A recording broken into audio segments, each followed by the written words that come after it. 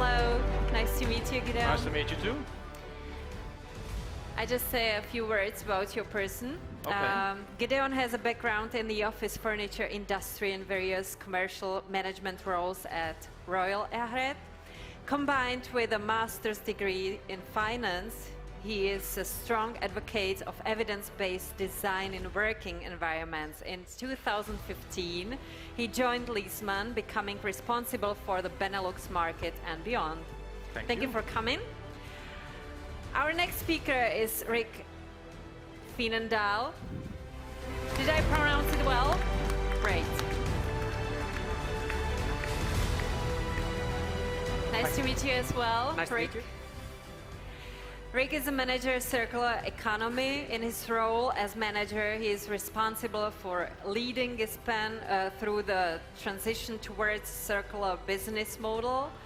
Rick has more than 15 years experience in consulting, process management and sustainability. He holds a master degree from the Amsterdam School of Real Estate. Wow, congratulations. Ladies and gentlemen, please welcome Eva Nykodymova. She's coming now to the stage. Very nice to meet you. Hi. Eva is HSS and Sustainability Manager at Skanska, ensuring compliance with safety and environment-related legal regulations on the project and the internal regulations of Skanska Property Check and Skanska CDE. Thank you for coming once again. And last but not least, Heuer is coming.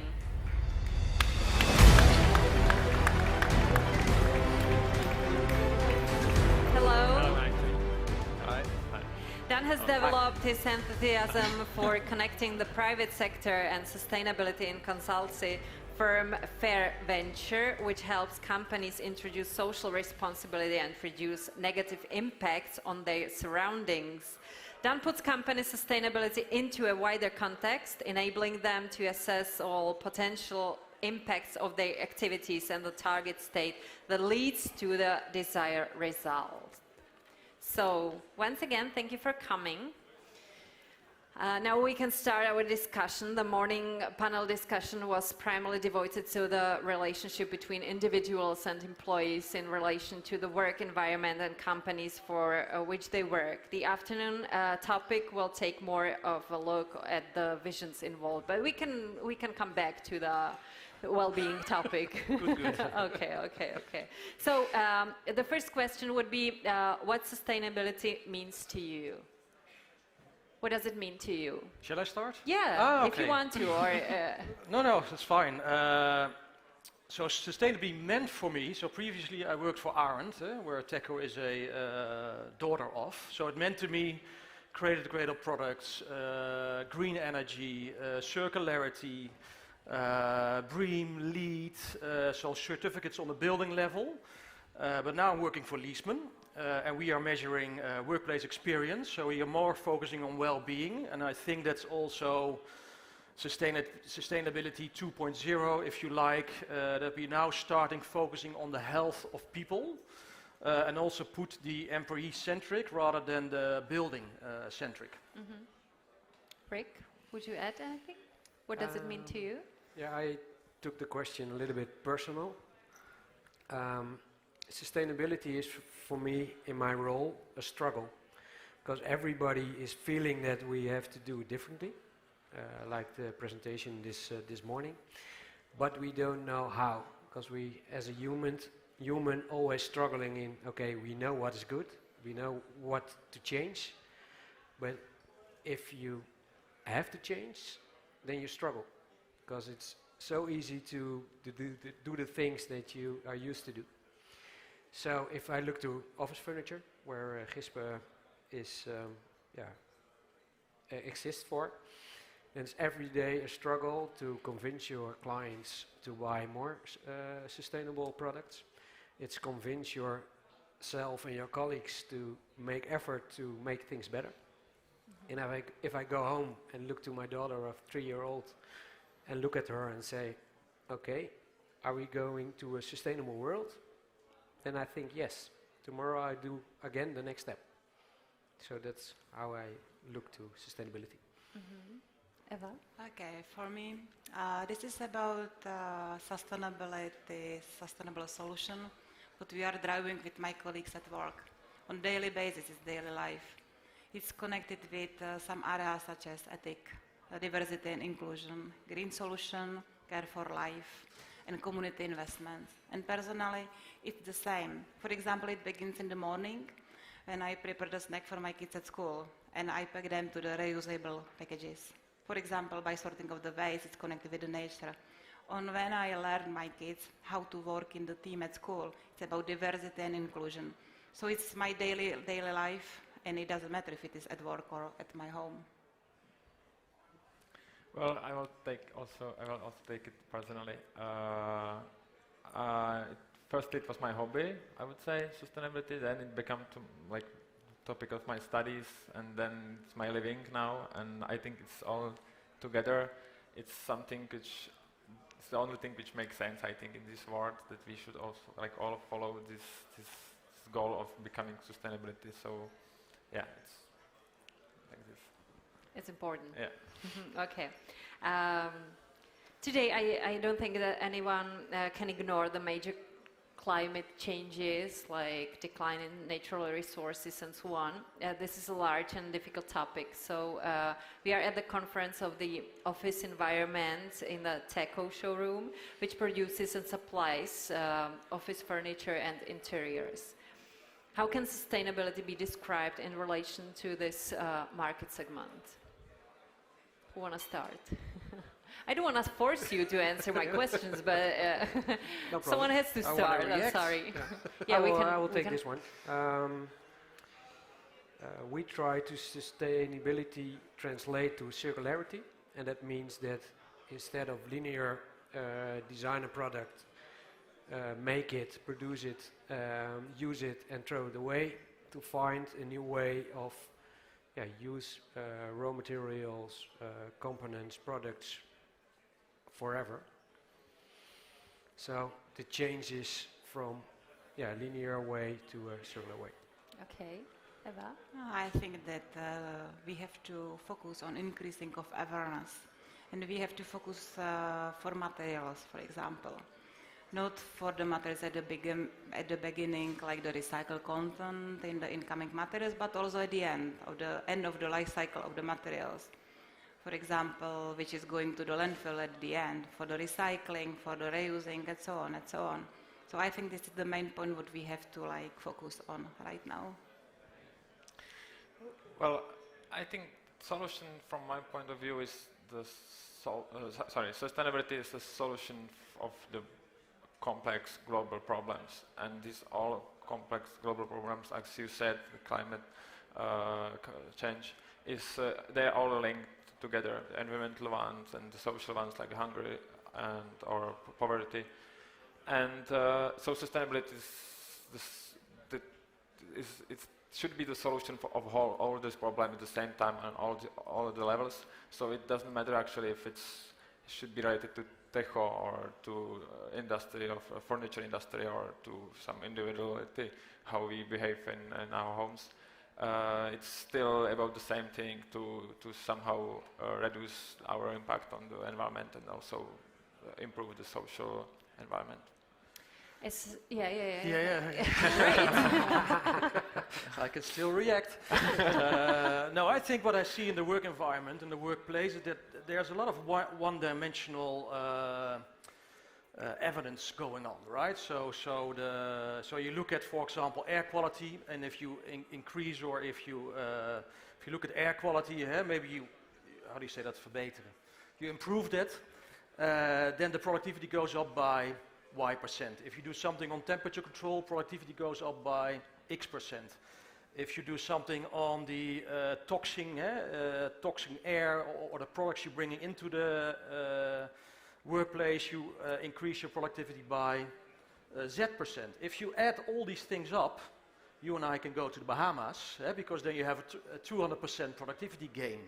And I think you should more look like it in a holistical way, holistical view, to see all the factors which are impacting employees, the employee experience, to see if they can still work in an effective way. And one of the things which is really neglected is actually what people are supposed to be doing in the office. So which activities are you doing, and is that well supplied? So if you look at it from a building sustainability point of view, you might say, okay, I would like to decrease my footprint, so I would like to build less square meters. But maybe if you look at the workplace experience, you need more square meters that people actually can work within the office that you make. And if you don't look at the workplace experience, you might have, or you might create a workplace which is blocking the stuff which people should be doing, which probably means that they do stuff at home, they take their job at home, etc., etc.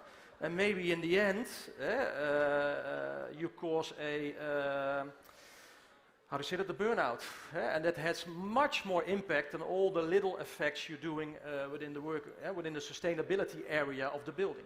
So I think there is a certain pyramid of hierarchy within the needs of a employee. I would suggest you probably travel a lot around the world, you know lots of companies. Is sustainability an important topic for them, and has it changed over the years?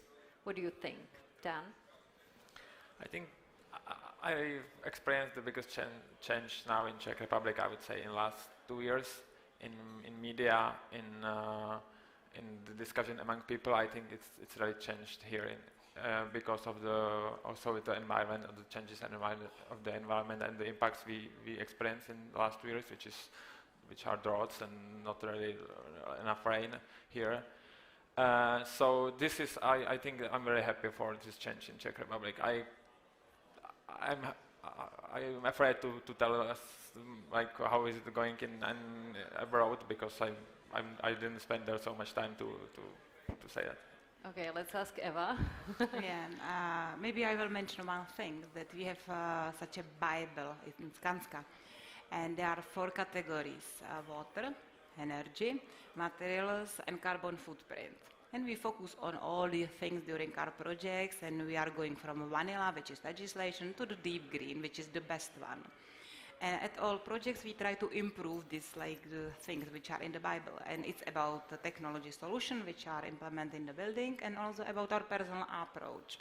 And for example, regarding carbon footprint, we have carbon footprint for all our projects, but also we calculate carbon footprint personally for all of us. And we try to, for example, eliminate business traveling, for example, and we try to, for example, like alternative way for that, because they are. So it's not the thing which is connected with business, but also we try to do like by ourselves. So yeah, and this Bible is valid for all the projects, and all the time we try to move to deep green, because this is the future. Yeah.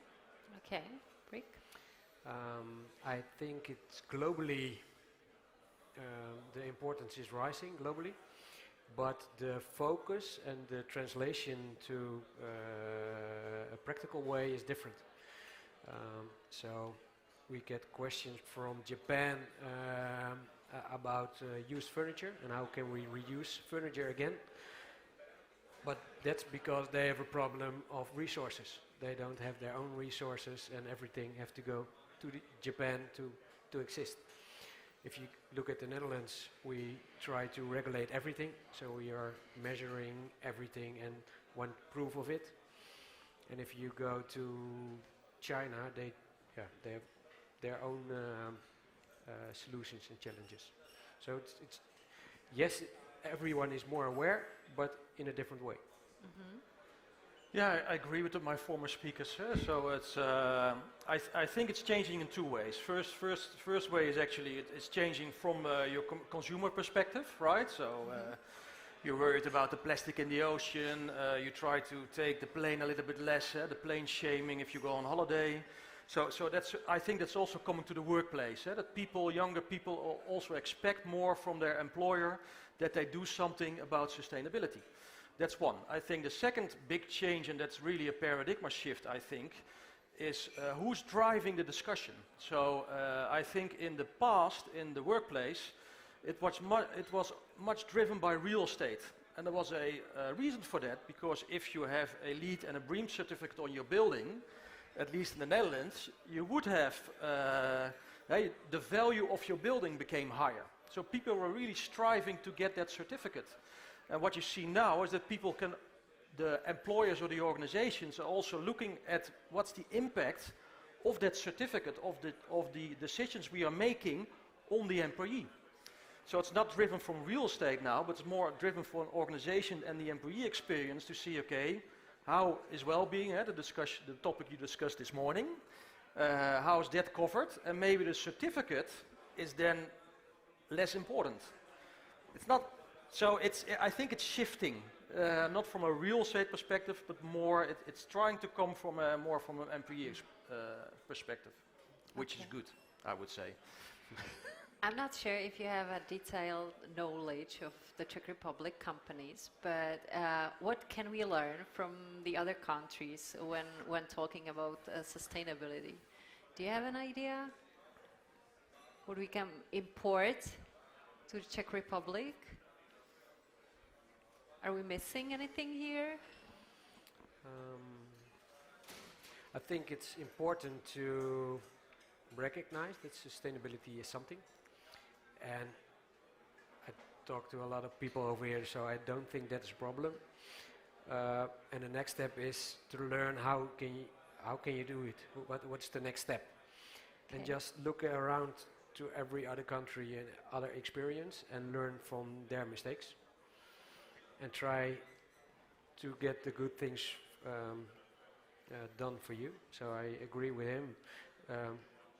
Look at what helps with the employee experience and how can sustainability fit in, because then I think you create something which gives energy and can grow. Okay.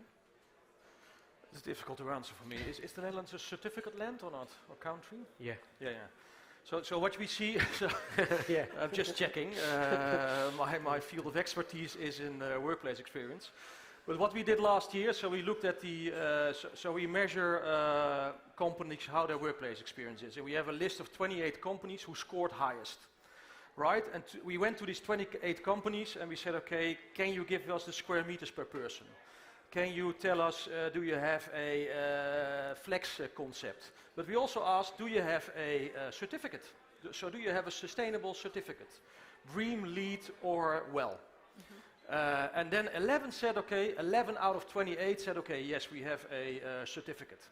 So 17 out of the 28 didn't have a certificate, sustainable certificate. And I think especially in the Netherlands, we are driving the certificates, and it's not necessary to have to do stuff sustainable and to create a great workplace experience. So my recommendation was take the good things out of these certificates, BREEAM, LEED and WELL, implement them into your organization and keep in mind what your employees expect. Okay. True. Yeah. Okay. Maybe I have a Thank you maybe for I waiting have for another my comment. But definitely we learn from other developers. We have association of developers. We learn from that, and they learn from us regarding LEED and WELL. What we have as a first in Czech Republic, for example, we sharing our knowledge, they sharing their knowledge, and within Skanska or out of the Skanska, it's needed, like for your continuous improvement, definitely. Yeah. It's like a regular base meeting, and we learn each other. So yeah. But that is changing as well.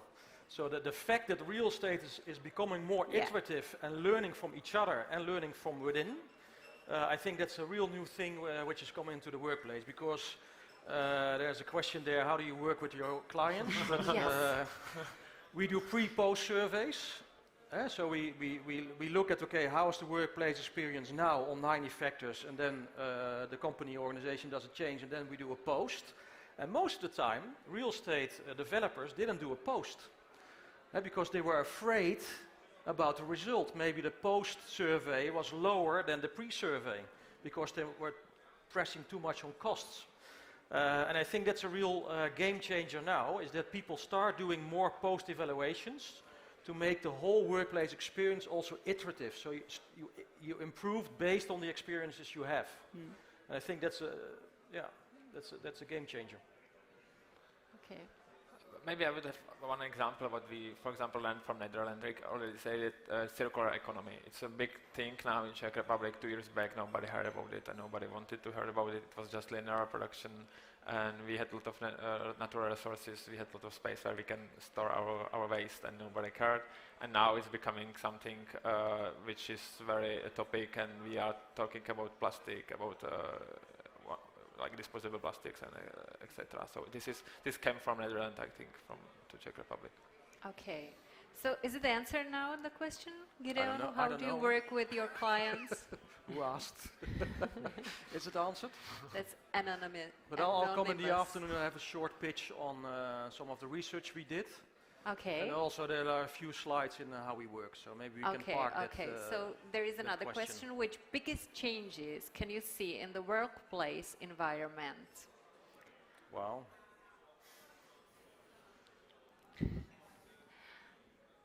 We try to adjust our workplace based on the needs.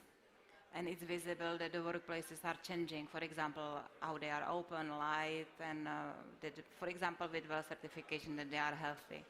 So I think that the visual impact is visible at first moment, how they are changed. So, okay, Dan? I would say maybe the involvement of the employees and the participation. So it's not about just like from the head of the company, but it's bottom up as well. That they listen what they want actually, because it's the most valuable information. What the employees want, what they feel, what they need. So this is maybe changing. I would say that it's happening. Based on the employee, we have the results from them. We are doing some surveys and so on, and we cooperate with them, not with the director, but also with all the clients. If we like fulfill their expectation by delivering of such as workplaces. So yeah. Okay. I find it difficult to know if it's different in the Netherlands than over here. But what I see in the Netherlands that there's a war on talent. So employees are more thinking about where I'm gonna work and how's the workspace look like and how do I feel in that workspace, and they picking their work environments on those topics. So if you have a bad workspace, they go to another company to work, not because they don't like the work, but the environment where they work. Yeah, we can describe as well-being, maybe. Yeah. That's your topic. Yeah. It's a big question. Which bigger changes you see, but I can name a few. So I think one of the biggest ones is the one we just touched upon, is that also organizations make it iterative.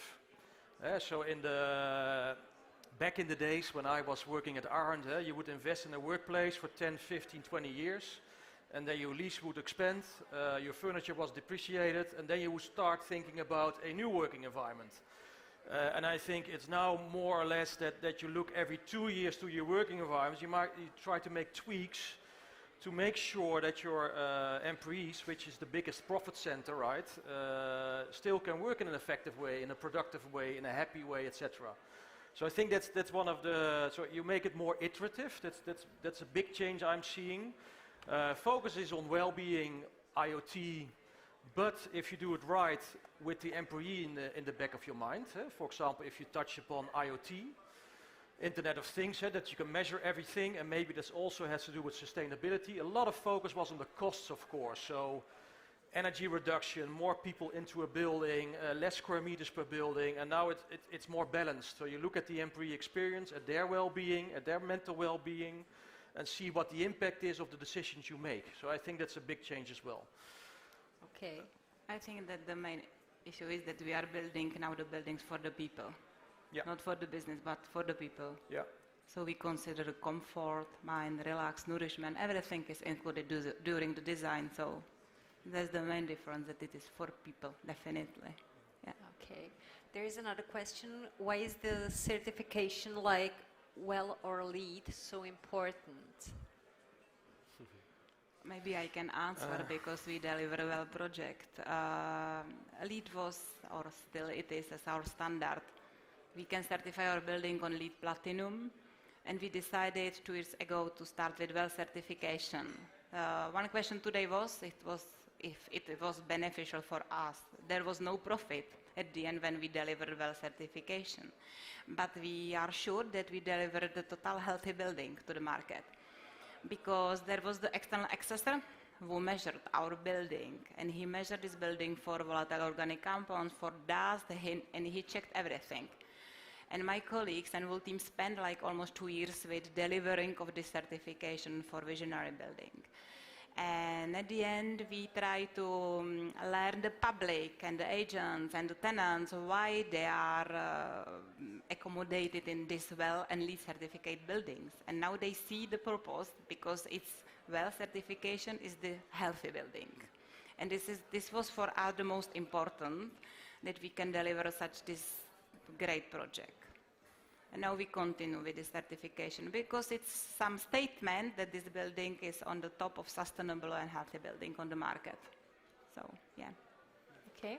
Yeah. Maybe I would say that certifications like generally are like solution or counterbalance to greenwashing, which become quite common after the trend of sustainability when people or the companies start to pretend that they are green, and certification is the proof that it's really green, that it's not just washing the walls on green and pretending that we are really green and cool and that we have all the gadgets which will make it eco, but in fact it can be very unhealthy, for example, or not environmentally friendly, and certifications are just some proof how we can be sure that it's really sustainable.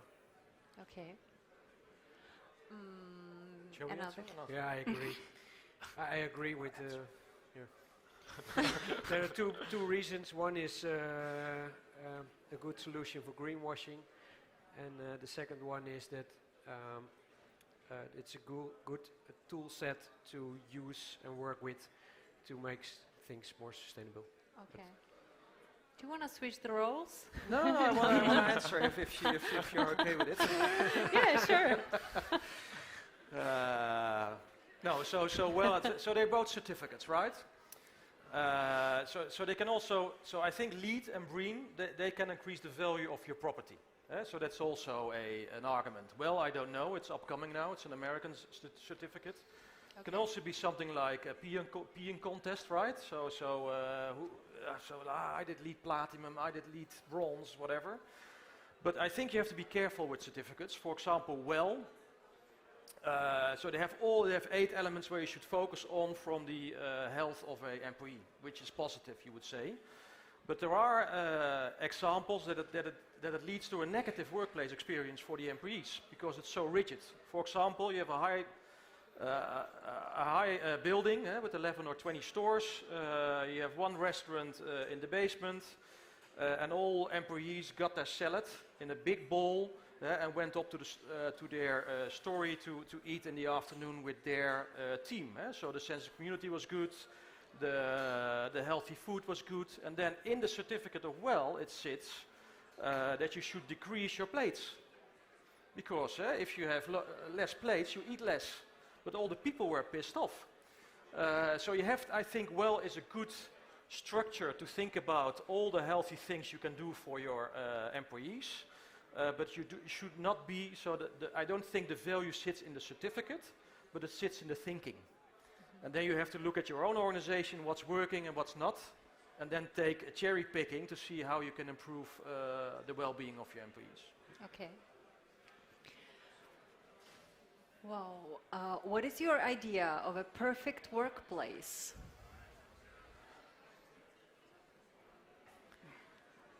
Okay, I can start. Okay, Dan, you start. That's a good question.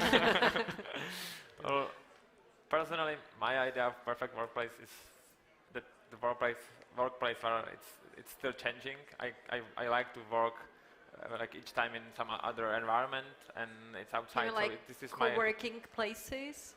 For example, like I don't think that it's nice to be every day in the same place, in the same building with the same people, because it's getting boring. And so this is my personal thing. And I think that I'm talking about myself because I think it's individual, really. Like it cannot be said like how it should look like generally, because then something is wrong if we are saying how the workplace should look like everywhere and in every building. Eva? Yeah, greenery in the office, adjustable spaces when I can, for example, like to work alone or work with my colleagues. To be sure that there is like the healthy working conditions, and like open spaces, light spaces, yeah, something like that. Not closed, small rooms without light. It's nothing for me. Okay, Rick? I like both of them. The open spaces when I want to be creative and communicate with other people, but if I do some deep work, then I want a small place, maybe a little bit dark, where I sit in my computer and just do my thing. And if I have that in the same workspace, it would be perfect. Okay. And of course, it must be sustainable. Yeah, fully agree. Yeah. It's a rehearsal of how do you say that. Sometimes I cannot find the English word. Sorry, but what I see is that I need variety. And that depends on my activity, and that depends on my mood. Okay. Right. So if I do deep focused work, I need to have a place where I can do that, and that can be at home or in a co-working space, or etc. But it also depends on my mood. So sometimes I'm fine with the noise around me, and sometimes I need full silence to get things done. And I would say, because there was a discussion this morning in home working, I work a lot from home because I'm based in Amsterdam and the headquarters are in London. But I think for everyone there is a physical minimum to see your teammates. Yes. And that's different for everyone. And for me that's once per month maybe, and for someone else that's twice a week. But if you lose that, you lose the connection to your team, to your company, to the culture, sense of community, etc. And I think that's an important thing in the mental well-being of people. So that's why I do believe in home working, but not as a replacement of focused work which you cannot do in the office. That's also something you should foresee in the office, because if you do deep focused work, maybe that's for half an hour, you don't drive at home to do the deep focused work and come back. You should foresee that in the office. Yeah, in the morning we saw even a picture of a bed, like working in a bed. Can you imagine that? Or do you do it regularly? Really? No. Or lying on the couch. Yeah, with a laptop on my... Okay. Depends how you define work. Or reading. No, but I wouldn't do that, sorry. Okay, let's start with the definition of work and then speak about that later. Well, it's interesting, because when I worked for Arendt, it was all about soft seating. So the desk was dead. So you saw these pictures of millennials hanging on couches or in a bed with a laptop. And now what you actually see is that these younger people want to come to the office because it's vibrant, because they can learn from others, etc., etc. And sit on that soft seating, lying on. Yeah. Or on the desk. It's a bit of revival of the desk lying is going on. Desk? No, not lying on the desk. Sorry. Okay, so let's move on. How will the workplace of the future look like in 20 years? What do you think? Can you imagine that? I can't. You can't? Now, if if sitting is the new smoking, then probably we don't have any chairs anymore. Oh. I really don't know. It's a future question. Yeah. Because what I see and what I don't like at workplaces now is if it's too open, too crowded, you can't do the deep focus working. Only meeting each other, that's a good thing, but also a bad thing. So all those things are contrasting to each other. Yeah. So what will happen in the next 20 years? You have no idea? Eva, do you Maybe have it's any idea? maybe it's so crowded that we can't travel anymore.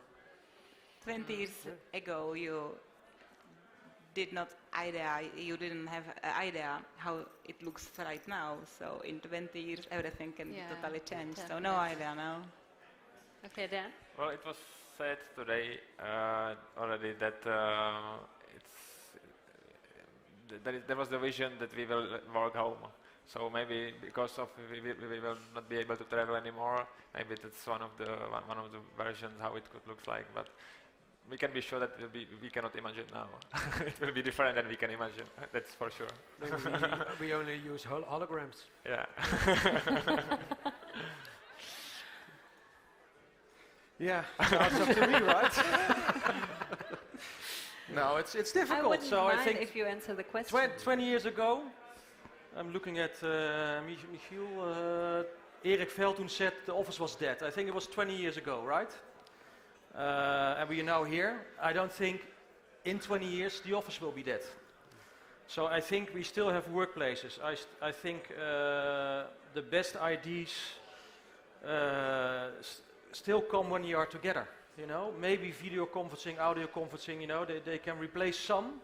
Okay. But I think if you are in the same room on the same page, that's where the best ideas will arise. So I think the workplace will still be there. That's for sure. In 20 years. How it will look? Yeah, we just explained. I think it's iterative, so it's not it's more like an evolution, and I think that's the good thing of it. To see what's working, what's not. I think for a lot of changes, the people are not ready at all. If you see what's happening in IoT at this moment in the office, I think a lot of people are scared away about all these developments, that you can find your colleagues via an app, and people are like, I already have a device for that, that's my phone, and just call them, you know. So I think it's also a matter of taking the customer, not the employee, on a journey. So it's not only about how a workplace physically looks, but I think the human being should also cope with the technical changes we are about to go through, also in the workplace. Okay. How can people get real experience working in so-called well-building? Is there any way how to bring them this experience in a moment, or is it a long journey? What do you think? Well-building has their own tenants, so they are working in well-building, but definitely it was 2 years long process when we had to learn everything, and we did it together with Skanska team. But after that we focused on sharing of the knowledge, as I mentioned before. And for example, time to time we organize some things like Green Wall, Green Talk Visionary. Next one is prepared for Praga Studios, for example. When we try to show you all what does it mean to work in well-building. So maybe this is one way, but it's not that you can just learn it in a moment. It's about a lot of connected points and about a lot of works. But yes, we are open to show you what is behind. Okay. Should I say? Yes. No, it's definitely a journey, right? It's a bit like the culture change. Yeah? Sometimes you see the comics that you say the culture change is at 4:30 on Thursday. It's not like that. I think you have to experience a well-building. Just to take out one example. That's coming out also out of some research we did, is that relaxing, taking a break is very important in being productive. But it's not only, for example, that you bring in sleeping pods into your workplace, because if there's only one person who says, okay, you're sleeping in the boss's time, you know, you can drag the sleeping pods again out of your workplace because nobody is using it. So I think it's also a culture shift, that you start using the facilities which are provided, and that you are also allowed to do that by your boss and your fellow colleagues. So it's definitely the journey. And I think also a thing important to remember is to take it up your onboarding of new people. Mm-hmm. That they understand what the workplace culture is, what is allowed, how do we say things to each other if you misbehave, so to say. Mm-hmm. But I think it's also part of onboarding new people. Yeah. Okay. I agree with you, because we have this onboarding process for new tenants. Its name is Green Education. It's connected with Well and Lead, and we explain the tenants what is behind this building, what is behind Lead and Well, and how to work in this building. So yeah, and it's like repeatable action. So yeah. Okay. Well, another question. I think we haven't answered this one yet. How important do you see culture sustainability in such a connected world as it is now? Would it have any connection in workplace? Can you see that there? No. Should I repeat it? Please. Okay, once again. How important do you see culture sustainability in such a connected world as it is now? Would it have any connection in workplace? Yeah, I think it's coming back in every answer. We had all of the questions and the answers we had is that culture is a very important thing to get sustainability and changes in the workspace rolling. Okay. So I think it's the basic of human nature to make a culture and find the people around you to change things. So my answer is very important. Yeah. Very important. Any other comments? Yeah, I would say that it's a key thing, the sustainable culture, and it doesn't matter if it's in office or in the nation or globally. It's Or at home. the way of the solution. Well, I think that's it from these questions. I'm not sure. If you have any other questions, yeah, Antonin asks, do you think upcycling could be a big point for international companies? Upcycling. Okay. Rick? Yes, it is. And I was thinking a little bit because when I say yes, the first thing in my mind is that, oh my God, that's really difficult. Because if you talk about upcycling, you try to use resources or components in a new way with more value in products. So what we at our company do is use old cabinets in new products.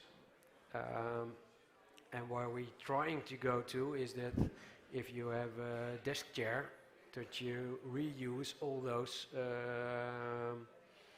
I have the problem with English. Repeat? Where you roll on Okay. the rollers again.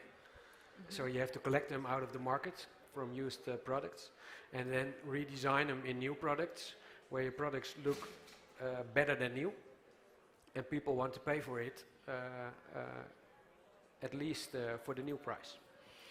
So I think there is an opportunity and a big business opportunity in it, but we have quite a journey to do to accomplish that on big scales on international level. But it's a must. Okay.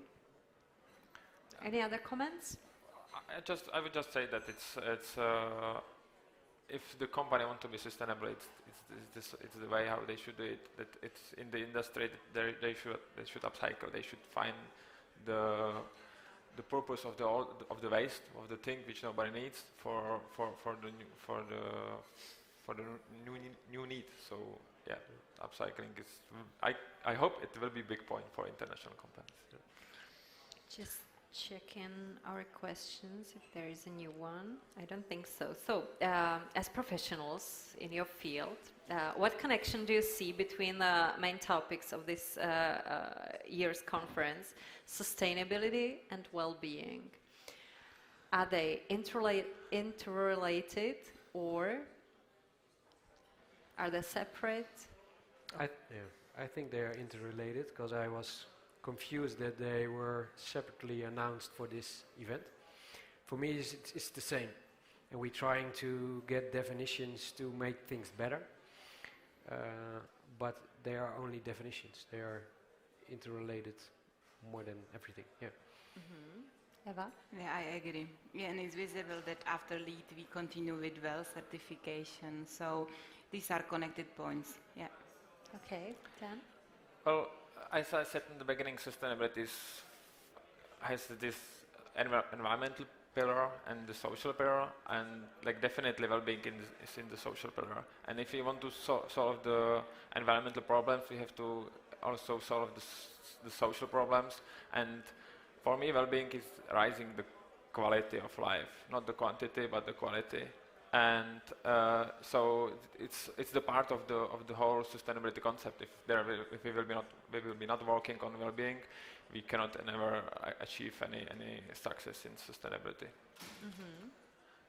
Interrelated, definitely, but I would say sustainability for me, it's driven from the building, from the products, from the solutions which go into the building, into the workplace. And well-being is driven from the employee. So what's good for the employee? And you may come to the same conclusion, but it's a paradigm shift that you start with the employee rather than the building or the solution. And I think that's an important one. And it might also mean that you make different decisions day to day. That you say, okay, this might work for the certificate, but it's conflicting with specific needs of employees. So we take a different perspective. And well-being, I think mental well-being. So for me, there are three well-beings: physical well-being, social well-being, mental well-being. I think the mental well-being is often neglected. So can you do actually the work you should do within the work environment? And I think that has the biggest impact, for example, on stress-related diseases, etc., etc. Yes. So that's my view. I can imagine that you need those 3 pillars just to communicate and don't forget any things you want to change. But in the basic core, it's just the same, right? It is, but I don't think you always have if you would have an infinite budget. So unless you work for Google or another very successful company, you always have to make budget decisions. And the way is how you start, I think, who you put central in your solution. Yeah, then so the 3 pillars, or the dividing sustainability and well-being into, is only just to make better choices. Yeah. Maybe I can add, because one pillar of our sustainability approach is health and care for life, and definitely well-being is a part of that. So that's the point why for me it's like connected together. So yeah. Related, yes.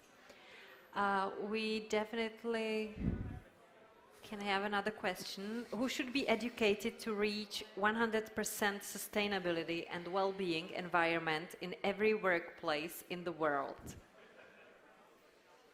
What do you think? Everyone? That's the easiest answer. I think we have to educate on all levels we can. So starting in schools for the future,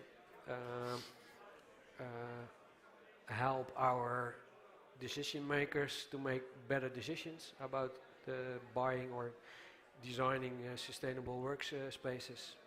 But we also have to do a lot of research, because we don't know yet what is a real sustainable well-being workplace. Okay. What is it? Yeah, I completely agree that it's up to more levels that we have to educate. It's not just up to one person who can say this is 100% sustainably, and the rest will just watch. Like, everybody has to educate, and also like we have to raise the awareness, so there is demand for the sustainability. I agree. Okay. Yeah, I think everyone, of course, but I think most of all the end customer. So I think the end customer should become smarter and should be given more evidence that if you make a sustainable workplace, or if you make a workplace which is well-beingly perfect, so to say, that it delivers bottom line profit for him. So if you look at the whole cost house of a company, only 1% is energy, 9% is about the building, and 90% is about HR-related costs. So if you can convince them to invest a little bit more in the workplace, so in the 9% or 10% if you like, then you have a much higher leverage in how effective your work or your people can be. And maybe with even less people you can achieve more. So I think most of all the end customers should be, I wouldn't say educated, that's also so arrogant, but should be explained in what a good environment can mean to him, bottom line. And then the end customer is the one with the money. Yes. Our time is over. Is it okay with you? Yeah. Did you Yeah, hear yeah. me? No. Yeah, I did. Sorry. We have to finish. Our Okay, time it is was a pleasure. unfortunately over. Thank you very much for being a part of this panel discussion. Thank you for involving. Thank you. Thank you. Yeah. It was Gideon, Rick, Eva, and Dan. Thank you very much.